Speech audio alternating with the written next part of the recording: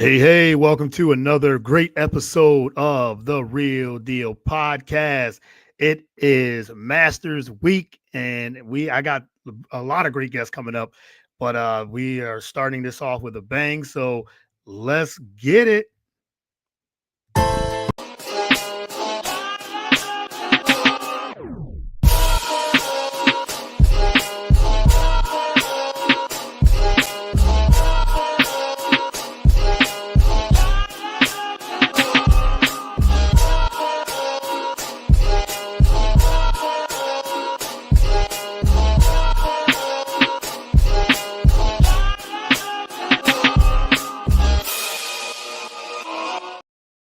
All right, Masters Week. Welcome to another episode of the Real Deal Podcast. I'm your host, as always, Courtney Harden. Like I said before, it is Masters Week. This is the first major of the year in golf, and very, very exciting week.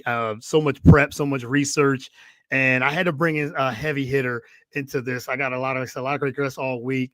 So, but before I bring him in, we have you can follow the show on all the podcast platforms, whether it's Apple, Spotify, YouTube, Twitter, Facebook, Instagram. We're all over the place. We're also on the BS3 network, BS3TVLive.com. Also, Roku channel, BS3 network on the Roku channel, we're iHeartRadio, and everywhere. Like I said, wherever you consume podcasts, you can get it there. You can follow me at Get the Real Deal on all the platforms, on social media as well. So let me bring in my guest. This guy's been doing golf, writing, betting, little bit of it. He does a little bit of everything in the golf community. So I'm very, very excited to have the model maniac himself, Byron. What's up, man? Thanks for coming on. Really appreciate Courtney, welcome. Thank you for having me on. And Yeah. you know what I was thinking on that intro? We need some marching bands on the golf course. Yes, they could use that intro, right? That would be something. That would be something new that they would. I don't think they'd be ready for, but it would Like be cool. Amen Corner, we can call it like jazz band or something. Yeah, Like, yes. it would be an awesome situation. Yeah, for sure. But yes, well, Byron, I really appreciate you coming on. Byron Lindeque, like I said, he's done writing, DFS, golf, podcasting. He's plugged in. If you want anything to do with golf, he's one of the best at it. So again, I appreciate you coming on to the show. Really, I really do appreciate it. Yes, sir. Jack of all trades, masters of none. That's how we roll. You got to go until you figure out what you're good at and do everything, and then kind of narrow it down from there. Yeah, absolutely. And you can find Byron on. Also, he was the FSWA Golf Writer of the Year 2023. Congratulations on that's a big honor. So many great names have gotten that honor too. So definitely congratulations on that. Back Nine Bets, FG Degenerates as well, and Mail Media, Pat Mail Media Network. So yeah, you're there, man. You do it all. Like we are doing it all, baby. A little less writing now that I've gone on my own mission, but it's been real nice to just take some time away from the keyboard. But I popped out a nice little tidbit article on X today, or yesterday for y'all that do enjoy reading a bit of things. Yeah, definitely, man. I appreciate that. And like I said, it's Masters Week, and this is the Super Bowl of golf. This is the first major of the golf season. And I mean, so much is, there's been so many different podcast articles and preview shows. So this is our preview show together. So we'll get started on that in a little bit. But tell the audience a little bit about how you got into, the golf writing and the betting aspect of it, and just a little intro about yourself. Sure. So, one of these hats up here over there is the William Penn University hat that I have from Oskaloosa, Iowa. So I grew up golfing, obviously, and got a golf scholarship to William Penn, their little NAIA school in the southeast part of Iowa. Spent 6 years there, 4 years playing golf, 2 years as an undergrad there, helping with grad assistant work on the golf team. Got my accounting degree, my master's in business leadership, and went to go work in the office. Didn't quite get to the next level of golf I was expecting, but that typically happens when you leave your parents to a country that's filled with partying and Keystone Lights. But we worked in the office for a bit, accounting, spreadsheets, all that jazz. And then I figured, when COVID hit, we got to work from home. So we just basically could do whatever we wanted on the computer. Yeah. And I had these spreadsheets and started doing some NFL modeling using data and things like that, because my wife's uncle actually got me into betting, and I didn't want to like get into it and just kind of bet blindly and emotionally. Like if I do this, I want to do it properly and try and make some money. And if I'm losing money, I can tell the Mrs. Maniac, like, hey, I've got a model, I've got a system, it's all good. Like we're hanging in there. I'm not just degenerate gambling. Yeah, this is betting. So we went into the golf side of things because I was like, I understand football. I'm also a Jets fan, so it's hard to like really support football much nowadays. But I said, I know I'm an expert in golf. I've golfed my whole life. I'm pretty good at it. And I know the fundamentals and the techniques and the things like that about golf. Why not get into golf side of things? Voila. So one thing led to the next, started doing some shows, started writing some articles. And, the articles really, as crappy as they are to kind of pump out there all the time, that's what really got me on the show with Pat. So because we were both FSWA nominees. And then I brought my A game or my B game, whatever you call it, on his show. And next thing, here I am. So it's been a fun ride and so grateful for everything that's happened along the way. For sure. And like I said, you do excellent work. I think we connected during the draft cast, I believe. Those guys there, they just made a big announcement too, getting on the Pat Mayo experience too. So shout out to them over there. And and then they said we just connected on that just during that circle in itself. And like I said, the articles, they're helpful. They're very helpful. As much as people don't want to read or anything like that, they just want that 5-minute or 2-minute thing. The articles help, and it works. And as you said, it's gotten you to where you are today. So it's very important in just getting that information. Yeah, and what I definitely found out as you start writing right away, Courtney, and you've got this exuberance and energy to just put every word on there with just perfection. Yeah. Then I realized, let the model, a picture speaks 1,000 words, they say, So I started shoving a lot more screenshots of the model in there and typing a little less, and you kind of develop as you go along. So providing more information with less words was the way to kind of go for me there too. So, if you are getting a little tedious out there writing, people, a little few screenshots and helpful information like that can go a long way. Yeah, the models work too. The models help. Any information when it comes to, you said, betting or anything like that, spreadsheets and screenshots and things like that, it all works out in itself. So again, the tremendous work. Like I said, talk about being the FSWA Golf Writer of the Year in 2023. How the honor of that, and just being, like I said, there's been so many great writers just over the years, but to be the writer of the year for that, talk about that honor. I don't really talk about it that much. It's kind of an interesting situation. My article that got nominated for the award was called Breaking 100.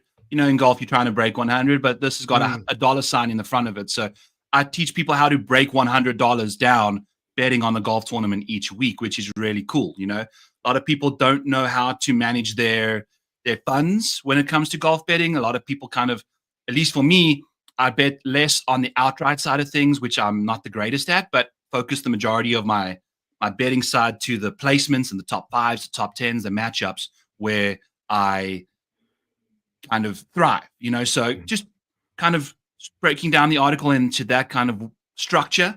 And when you're betting on guys that you kind of enjoy betting on too, it's easier to write about them as well. So, like Cam Smiths and things like that, I can absolutely write 1,000 words about, and just have a good time doing it. But at the same time, you just got to keep going and kind of just, I didn't keep the same structure either. I changed some things up as I went along. And I think that's the important part there, is kind of adapting to your enthusiasm levels and kind of just finding what your heart wants to do when it comes to writing, because otherwise it just can be like a redundant, just putting words on a page type situation. Yeah. I used to do a lot of writing too earlier before I did the podcast, and you're right. It's you have to find different ways to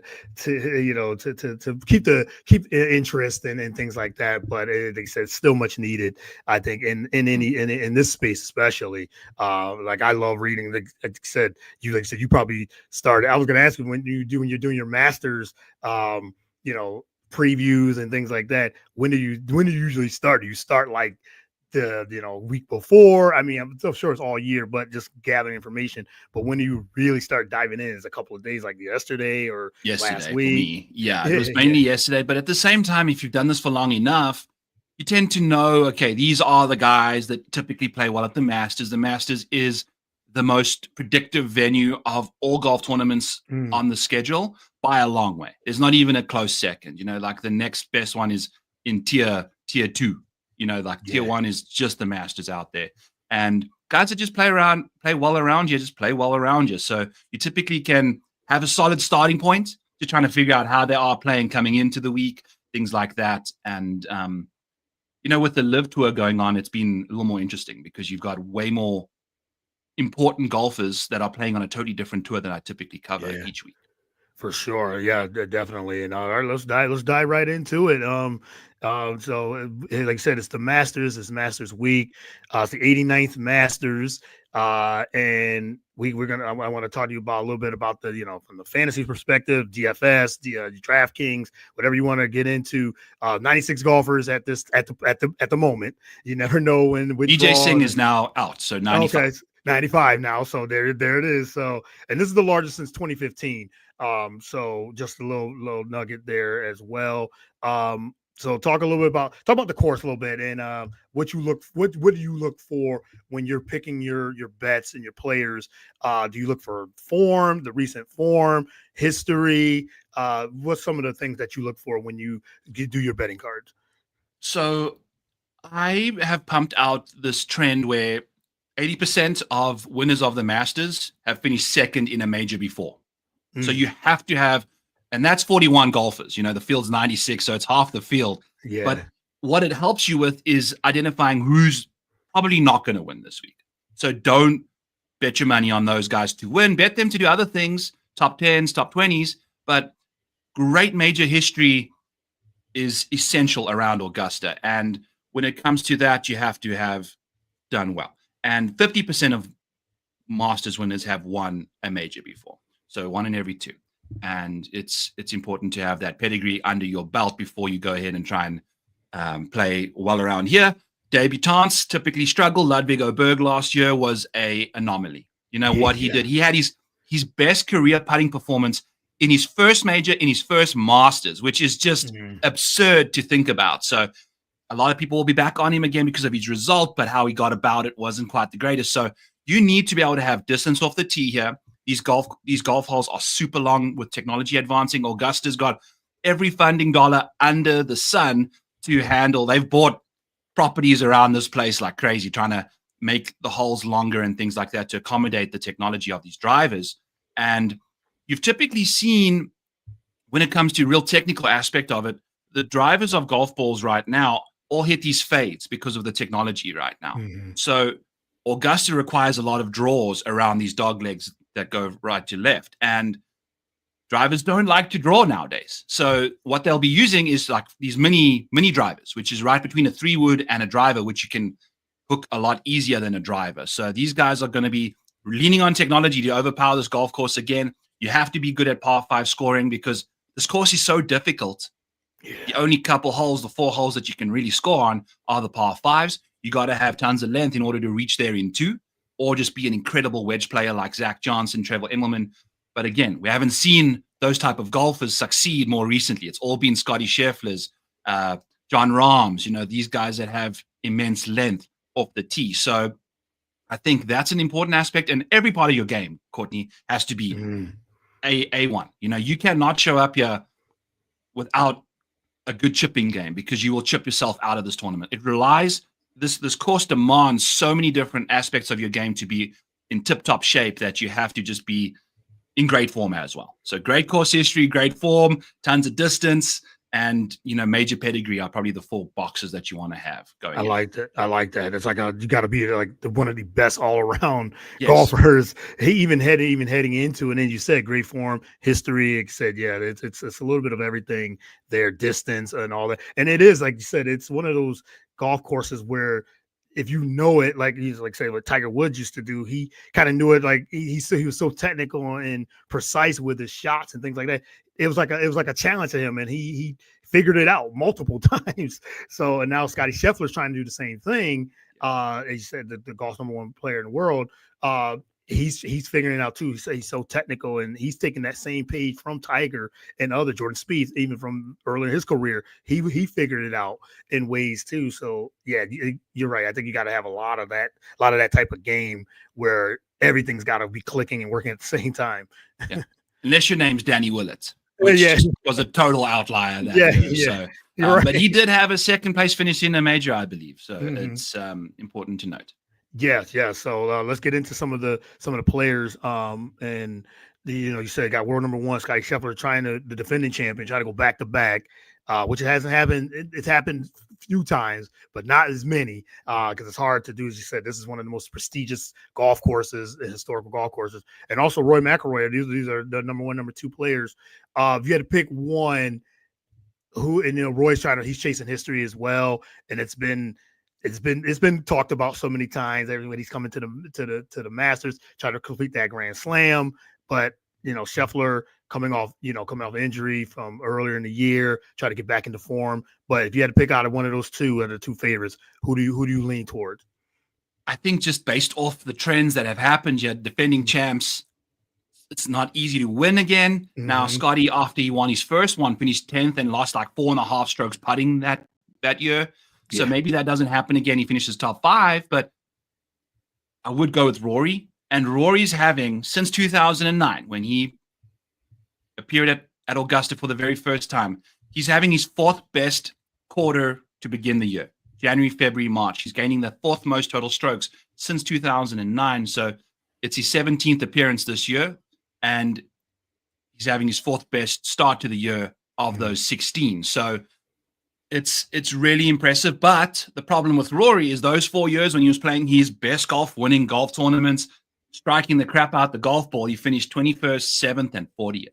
So even his incredible pedigree and form hasn't ever translated to victory here. And it's something that he'll probably be chasing for the rest of his life, Courtney. Yeah. It's so difficult because he's pursuing that Grand Slam. And, Keith Stewart's often mentioned that you have to complete that Grand Slam in the first 3 or 4 years because the pressure and the mound can turn into a mountain so quickly, and especially at Augusta. I think it's just the one place that Rory's just struggled to get along. Yeah, and I was listening to a podcast earlier today, and they were talking about. They said that pressure has seemed like it's gotten to. Like I said, the game's there. The game is there for Roy. It's up here. So he said it's the mental. Anything in between, that he's trying to get over that hurdle. And you're right. He has played some of his best golf in a long. This stretch in the beginning of the year has been tremendous. And he's got 4 career top 5s at Augusta plus 7 top 10s in the last few years. But he's missed 2 of the past 4 cuts too on top of that. So that's got to be he's chasing and maybe he's pressing and all these things. Maybe he'd be more relaxed. I don't know. But like I said, I know that mental hurdle is that's the thing he's got to try to overcome, and just even winning another major himself. Oh yeah, that hurdle's gone from being a hurdle. Now he's trying to hurdle a height situation. It's kind of gone a little south for him there. Yeah, for sure. All right, let's talk about some of the other top names. Any other top names? John Rahm. Let me go to the live side now. Since we talk about John Rahm, what top live guys are you literally looking into now that you have quite a bit of these guys entering in major season now? And anybody on your radar that top two of the guys from live that you have your eyes on? He's not a top guy on anyone's radar, but Sergio Garcia hasn't played the greatest golf at the Masters the last little while, but man, he has found some sort of fireball resurgence, baby. He's fiery and he's playing some good golf. He played really well at Doral. He's won this year already. I think he's won almost a couple more times in the past, just more recently on the Live Tour. When I saw a stat on the Doral broadcast yesterday, Sergio was like 7 under par on the par 5s. They only play 3 rounds, so there's only 12 of them available. He was 7 under so far. you got to dominate those situations. 100-1, he's like all the way down on the DFS slate here.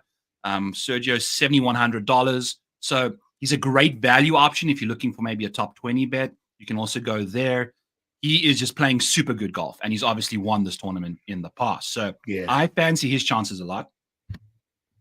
I also think Jon Rahm, he's sitting right there by Colin Morikawa, which are basically the same golfer right now. They are playing incredible form.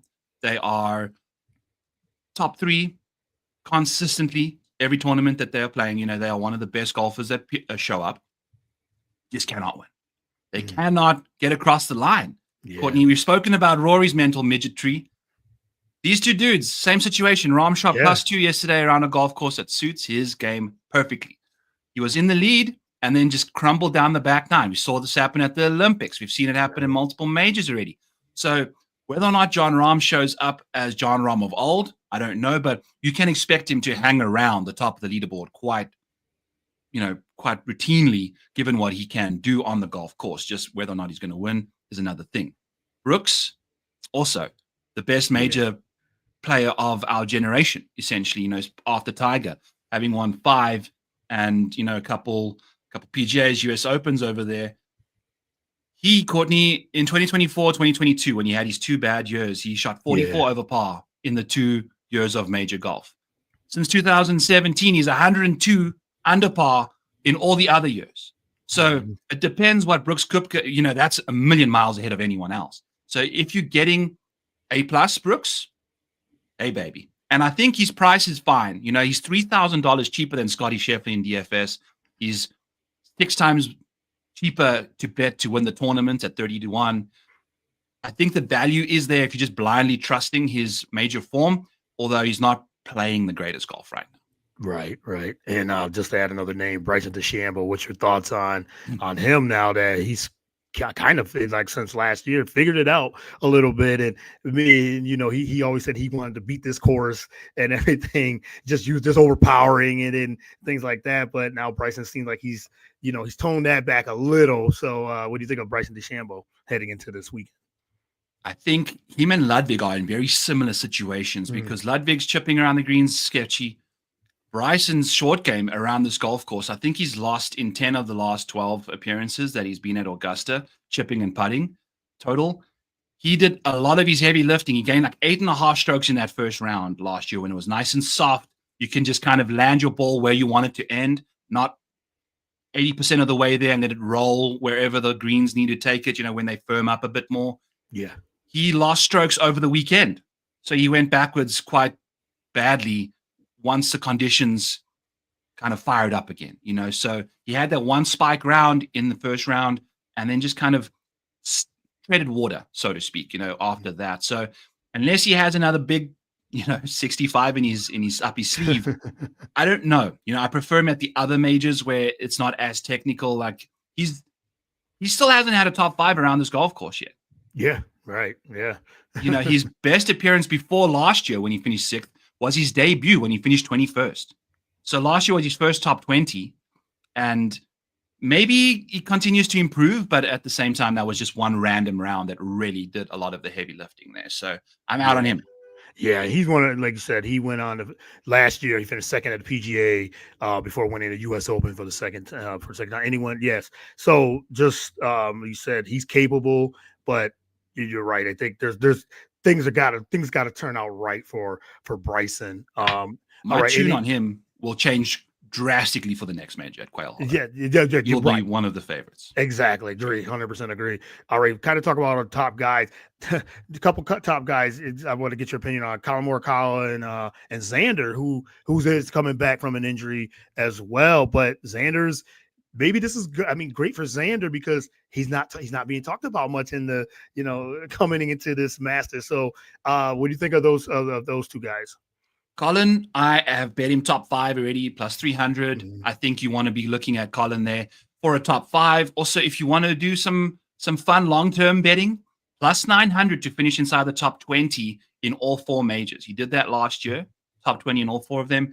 And Colin has finished inside the top 20 in 8 or 6 of his last 8 majors. So you are just seeing incredible consistency from him, yet his best finish has been a third in the last little while. Obviously after winning the Open Championship in 2021, he just really hasn't thrived on Sundays, which has been his biggest bugaboo. The putter has been tragically bad on Sundays. It's just another. Courtney, we've got all of these top guys that are all, there's a wart that you can point right at for every single one of them. And Colin's wart is putting on Sundays. And you need to be making those putts when you want to win. And he's even shown us this year, the Century Tournament champions at Arnold Palmer Invitational.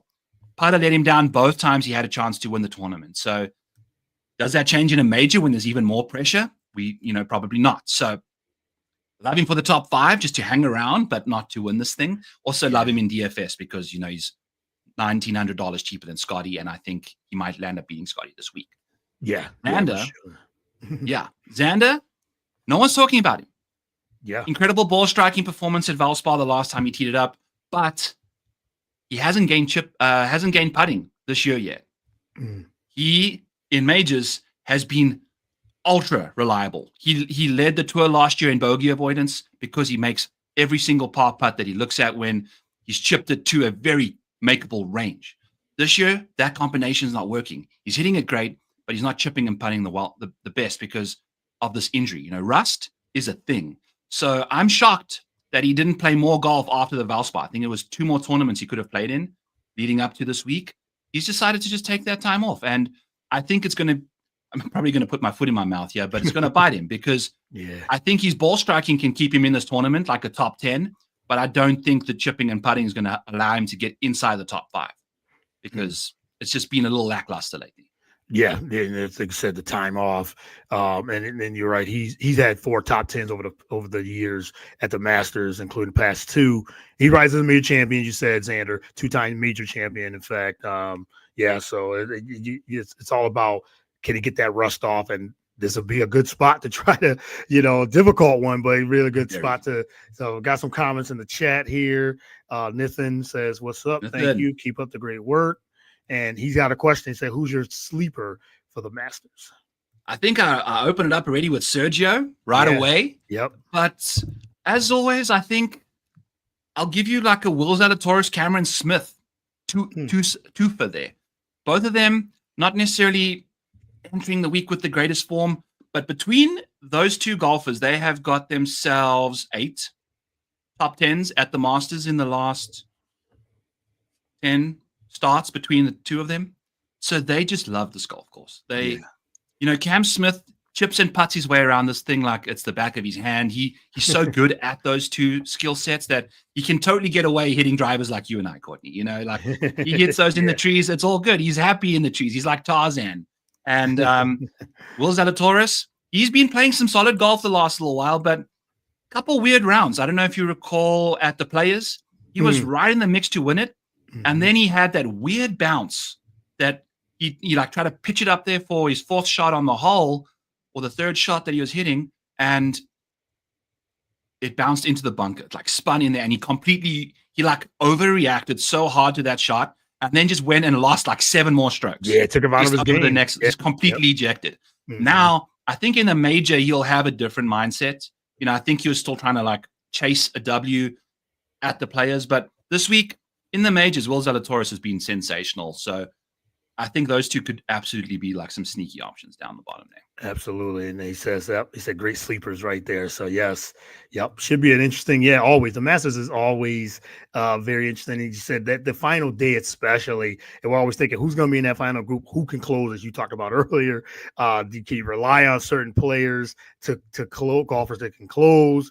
And it's all a mental game as well. So I want to go a little to the DFS side, the DraftKings side. How would you construct if someone was to get in? Because this is the time where a lot of people really put their bets in. They might not have watched golf until the first major. Usually, for some, especially a lot of casuals. But how would you give them any advice on how to construct a lineup? What do you look for to start a lineup? Do you start right from the top, like the Scotties and the Roys or Morikawas, or would you kind of do a balanced build or stars and scrubs? I think the majority of my lineups will be balanced because we've already we've just gone over Scotty, Rory, Ludwig, Colin, John Rahm, Bryson Xander, Justin Thomas, even Hideki, Brooks, Joachim Neiman. He's never finished inside the top 16 or top 15 of a major ever. And he's played 21 of them. So starting in I might just go Colin and then smash in the 8K options there, because there's a lot better 8K guys that provide you with just consistent performances that don't nearly have as many issues and don't have to win at that price tag. You can just expect them to just finish inside the top 10, top 5. Hopefully Colin finishes second somehow. But I think I'm just been going balanced, because I prefer a lot more of these guys down at the bottom here, given their pedigree in majors, given their form and their price. You can shove a lot of them together in the same lineups there. Yeah, I agree 100%. I think it is I think it definitely, the balance build might be the best, because like you said, you can't play all the top guys. You can't just add, if you try to get Scotty and even Colin Morikawa, if you try to get those guys, which you probably can build, but then you really got to get to the bottom of the 6K range. And, there are some guys there, but I prefer like a balance, but I think that's going to be a couple winning lineups. And depending on I'm looking at the 6K range, and only Phil Mickelson and Brian Harmon and Phil Mickelson are the only two guys that have won a major in the $6,000 range. Right. I think Billy Horschel has finished second at the Open Championship, but he's never finished better than 38th at this golf course before. Right. So what are we getting there? So looking at that column of mine, it's not good recently. These guys are all past major champions or past Masters winners that are kind of in here, or won a random Black Desert Championship and are debuting, at a golf course that they don't necessarily have that much skill set to kind of conquer. Yeah, exactly. All right. Any other names we haven't mentioned? I guess I could ask a couple. If we had time, we could go down the list. But we have got as much time as you need. Got another half an hour. We are good to go. Russell Henley, Patrick Reed, 2018 Masters winner. Those are some names I've been hearing too. You talked a little bit about Hideki, Jordan Spieth.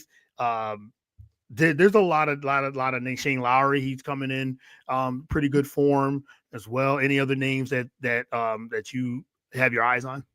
I do not mind Shane Lowry at all. I think he's a solid option, safe and consistent. If you're playing some cash games, Shane Lowry is your guy. I think he's a great option there. Sprinkle him in a little bit. Tommy Fleetwood's an interesting situation because he typically, we don't know when, I don't think he does, has one major a year where he finishes inside the top 5. I think this has happened for the last 3 or 4 years. Had a couple, one year we had 2. He's a great sprinkle in there if you're looking for that. Cameron Young, Courtney. I do not ever, if you catch me speaking about Cameron Young on a podcast any other week of the year, slap me through the camera. But a 7th and a 9th in his last 2 starts, when he's been playing like he's kind of playing now. He hasn't necessarily been playing the greatest golf for the last little while, but at this golf course, he figures it out. I think he hits that nice, big, powerful draw off these golf tees, and I think that will really help him a lot this week. My co-host, Kenny Kim, is a big fan of Sepp Straka this week. Yes. And I think so too. We got that 2nd place finish at the Open in 2023. He's looking to make some moves as well. And then Patrick Reed at $7,300, I think, is someone that you can absolutely look to dive into in the bottom of the slate here, because he's got last couple years, 10th, 8th, 4th, 12th, and then in 2018 he won the damn thing. So, he is Mr. Masters himself outside of Brooksy. Scotty right now. So it's an interesting situation. And we're going to have to kind of figure out where we go. And you got to pick your poisons and play some nasty names down here, too. You have to. You said Patrick Reed, those top 15s, just consistent and safe, as you said. And I'll just throw another name, Bobby Mack, or Robert McIntyre, was 12th in his first Masters back in 2021, and then was a top 25 the next year. Hasn't played since, but he's been playing some pretty good golf just over the course of this year so far. Yeah, sixth place finish as his best major performance, in his career so far. So that helps a lot. I think a little more for the US Opens and things like that to win it. But at this price, I think $8,000 is very fair for another top 10 performance from the Big Scott. For sure. All right, last one. I said yeah, this is I wanted to pick your brain, which has been great. Who do you got winning? I know we went over a lot of names and everything too, but who, if you could pick one, who do you feel like will be getting that green jacket? I am going, if I have to pick one, see, my thing, Courtney, is I'm going buckshot with the middle of the board here. Just Yeah. lots of 45-1 guys. But I'm going to say Will Zalatoris, Mm, 65-1 to okay. win this thing. Major pedigree, baby. Like this guy loves this golf course. He loves it so much that he had surgery instead of playing it 2 years Yeah. ago. You know what I'm saying? He wants that long-term outlook. So I think the price is right there. And, we've seen him really contend. He's going to win a major soon. Yeah, he runner up in his debut in 21 in the Masters, so like you said, the pedigree there. Ludwig-esque, Yes, that's very Ludwig eggs, and but you in the know, good way with the in ball striking. That's right, the nice right, thing. yes, and then that's the thing, and yes, he maybe, I don't know if it's the injury. He had that major injury, the back injury back in 2023. I don't know, he's still the lingering effects of that still, but he hasn't missed a cut this year.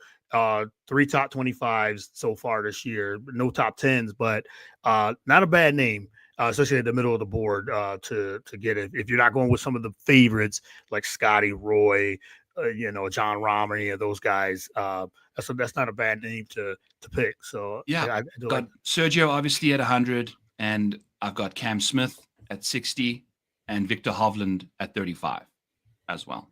All right. Some nice big numbers for some guys that have shown up in majors. I just don't trust any of these shorter odds guys right now. So it's just going to be a happy-go-lucky bunch of bigger odds down the board. Yeah, big odds on the board, mid tier guys there as well. So, but Byron, man, I've enjoyed this. I really appreciate our kick off to the Masters week, Masters preview. Again, thank you again for coming on. Really appreciate it.